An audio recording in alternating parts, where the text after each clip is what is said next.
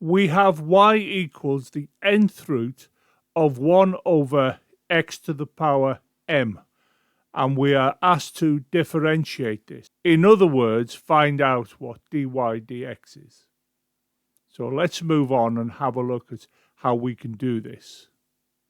I'll shrink the size of the text to give us more room to answer this question. Let's first of all look at the nth root of 1 over x to the m. Now I can rewrite this as 1 over x to the m in brackets and raise this to the 1 over the n. Carrying on, I can bring the x to the m to the top to make it x to the minus m and raise that to 1 over n. And then I can multiply the indices to give me x to the minus m divided by n.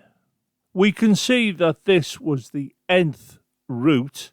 That's why I could put 1 over n here. That's the same as the nth root. It's another way of writing it.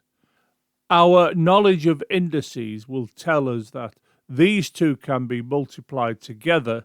That's where I get the minus m over the n from. We were given y equals the nth root of 1 over x to the m. We now know we can write y as x to the minus m over n. We can write dy dx is going to equal, I'm going to bring the minus m over n down to here, and then we're going to have x to the minus m over n minus 1. We get this because we subtract 1 from this here.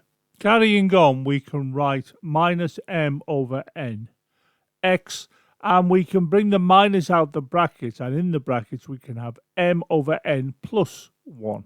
Bringing the minus here means that this m over n is now positive, whereas over here it was negative, and this becomes plus 1 when over here you could see it was minus 1.